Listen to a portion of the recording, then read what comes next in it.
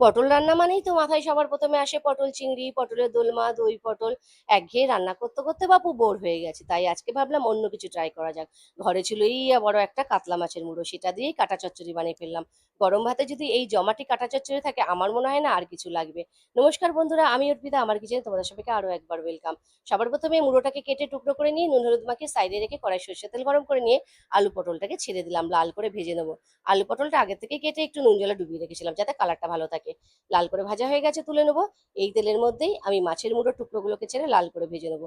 মাছের মুড়োটা জানো তো কত বড় ছিল, আর এই মাছের মুড়োটাকে আমি কেটে নিয়ে আসিনি, বিপদে পড়ে গেছি।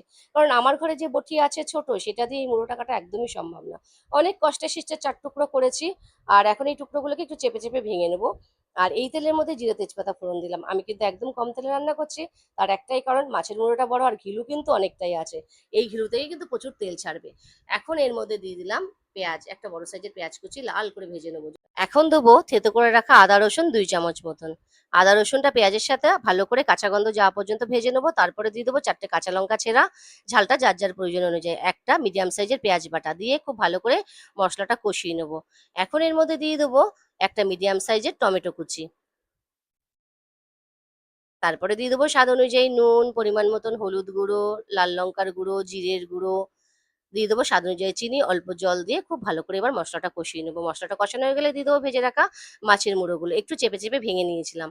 আর এখন দিয়ে দিচ্ছি ভেজে রাখা পটল আলু, দিয়ে খুব ভালো করে কষিয়ে নিয়ে দিয়ে দেবো পরিমাণ মতন গরম জল। এখন একটা ঢাকনা দিয়ে ঢেকে আমি এটাকে সিদ্ধ হতে দেবো। যখন একটু থকথকে হয়ে আসবে তখন কিন্তু প্রায় রেডি হয়ে যাবে রান্নাটা। দেখো প্রায় রেডি হয়ে গেছে। নামানোর আগে আমি দিয়ে দেবো গাওয়া ঘি, আর তার সাথে গরম মশলা আর ধনেপাতা কুচি। রান্নাটা রেডি হয়ে গেছে। তোমাদের কেমন লাগলো আজকে আলু পটল দিয়ে মাছের মুড়ো দিয়ে কাটা চচ্চড়ির রেসিপিটা?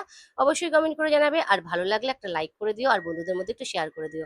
তাহলে আজকের জন্য এই পর্যন্ত, দেখা হয়ে যাবে আবার একটা নতুন ভিডিওর সাথে। ততক্ষণ সবাই ভালো থেকো, সুস্থ